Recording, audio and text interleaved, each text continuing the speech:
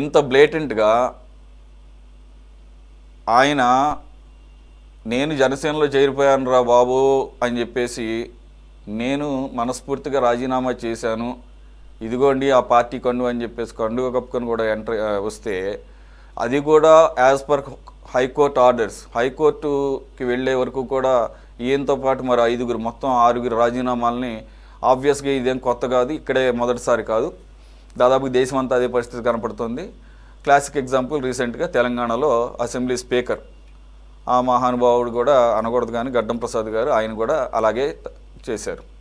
So ఏదేమైనా వీళ్ళంతా కూడా పేరుకి రాజ్యాంగబద్ధ పదవులు కానీ రాజ్యాంగానికి తూట్లు పడవటానికి మాత్రం అందరికన్నా ముందు ఉంటున్నారు. అందరికన్నా ముందు సేఫ్ గార్డ్ చేయాల్సినటువంటి వాళ్ళే ముందు తూట్లు పొడుస్తున్నారు.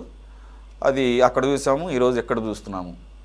ఒకటి, మోషన్ రాజు గారు అందరికీ తెలిసిందే, ఆయన వైసీపీ తరపున ఎమ్మెల్సీగా ఎన్నుకోబడిన తర్వాత ఆబ్వియస్గా అదే పార్టీ తరపున అదే పార్టీ ఆయన్ని చైర్మన్గా, మండలి చైర్మన్గా ఉంచింది. ఇప్పటికీ కూడా మండలిలో వైసీపీకి మెజారిటీ ఉంది. ఆ మెజారిటీని ప్రొటెక్ట్ చేస్తూ, సర్వైవల్ ఉంచేటట్టుగా ఉంచుతూ, ఫ్యూచర్లో కూడా ఇబ్బంది కలగకుండా ఉండటం కోసం చేసిన పనిగా, ఎత్తుగడగా క్లియర్గా ఈరోజు కనపడుతుంది.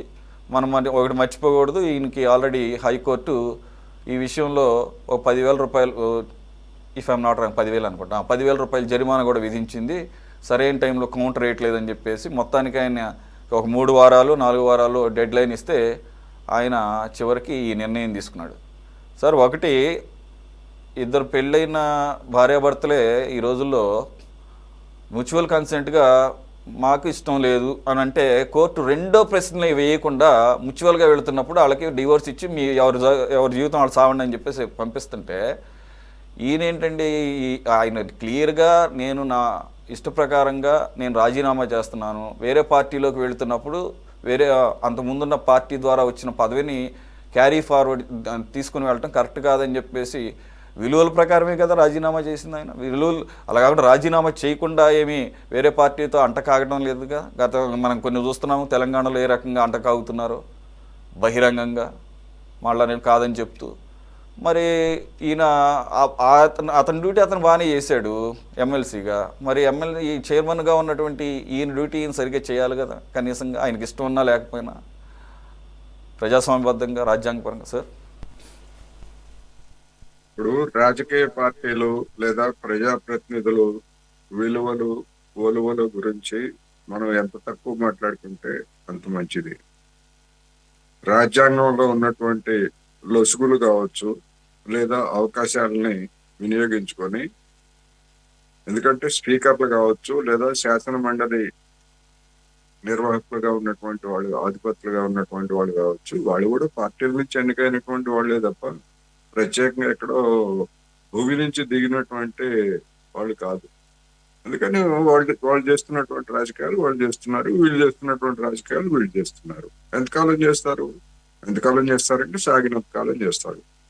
చట్టసభల అధిపతుల నిర్ణయాలు లేకపోతే వాళ్ళ అధికారానికి సంబంధించి న్యాయ వ్యవస్థలు ఏమీ చేయలేవు. తెలంగాణలో జరిగింది కూడా అదే కదా. మీరు త్వరగా తేల్చండి, ఏ నిర్ణయం త్వరగా తేల్చండి, మీరు నానబెట్టవద్దు అని చెప్పేసి చెప్పలేదు కదా తప్ప, ఆ చేసినటువంటి నిర్ణయం మీద ఆయన గడ్డం ప్రసాద్ గారు స్పీకర్ గా ఉన్నటువంటి వ్యక్తి స్పష్టంగా చెప్పారు వాళ్ళ పార్టీ మారలేదని చెప్పాడు. ఇది కూడా అంతే. ఇక్కడ ఎమ్మెల్సీగా మేము రాజీనామా చేశారంటే మీరు ఏ పరిస్థితుల్లో రాజీనామా చేశారో, స్వచ్ఛందంగా రాజీనామా చేశారని నాకైతే నమ్మకం కలగట్లేదు. ఇదే కదా మోషన్ రాజు గారు చేస్తున్నటువంటి ఆర్గ్యుమెంట్. లేదు మిమ్మల్ని ఎవరో బెదిరించారు, ఆ సంగతి చెప్పండి అన్నట్టుగా కూడా ఆ వ్యాఖ్యనే ఉన్నది. అందుకని ఆ పదవి కాలం పూర్తయ్యేంత వరకు అట్లాగే ఉంటది. ఇదే విధమైనటువంటి రాజకీయం ఉంటది. ఎప్పటి వరకు ఉంటదంటే తెలుగుదేశం పార్టీ లేదా 3 పార్టీల కూటమి ఆ శాసన మండలిలో అధికారానికి మెజారిటీ సంపాదించేంత వరకు ఈ ప్రహసనమే కొనసాగుతుంది. అందువల్ల ఇదేమి తెలియదు కాదు, లేకపోతే ఇంకోటి కాదు. అందుకని మనం ఇవాళ రాజకీయాల్లో విలువల గురించి మాట్లాడుకోవడం అనేటువంటిది కొంచెం ఎబ్బెట్టుగా ఉంటుందేమో నేనైతే